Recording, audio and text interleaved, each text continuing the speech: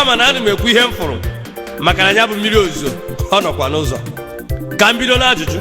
Mbaka, i kwuru na 2002 si na ọ bụrụ na Chimaroke chie Enugu steeti ọzọ na ị ga-eyipụ uwe dịka Reverend Fada. Nwanne m nwoke nakwa onye ndu, Chimaroke mechakwa chikwa Enugu steeti ọzọ. Mbaka, iyipụghị uwe mgbe ọ rigoro ikwuru si na ọ bụrụ na Chimaroke anwụghị n'oche ahụ, si mata na gị bụ Mbaka abụghị onye ozi Chineke.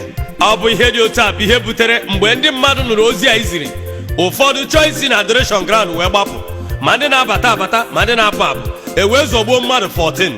Ọ bụrụ na ị ga-echeta mgbe ihe dị otu a mere na adoration ground, emechara Chimaroke anwụghị na ya bụ seat, kama ọ rituru contest kwa sineti ma win kwa sineti, bidokwa chiba mụ na gị bụ Mbaka ma taa na awa senatorial zone. Dịka ịmakwa, gịnị metere na Chimaroke abụzikwa onye anyị nụrụ maka ya n'ọnụ gị ọzọ? Ka o setụrụgo gị Mbaka?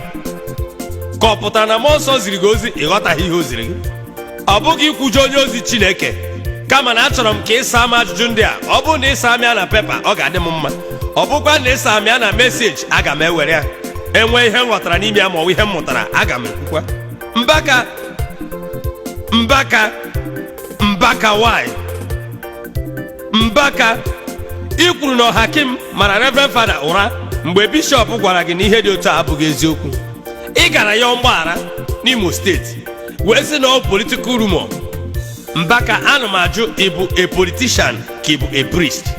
Mbaka why? Ana m ajụzi nna anyị Mbaka, iwe ga-adị n'ọkụ.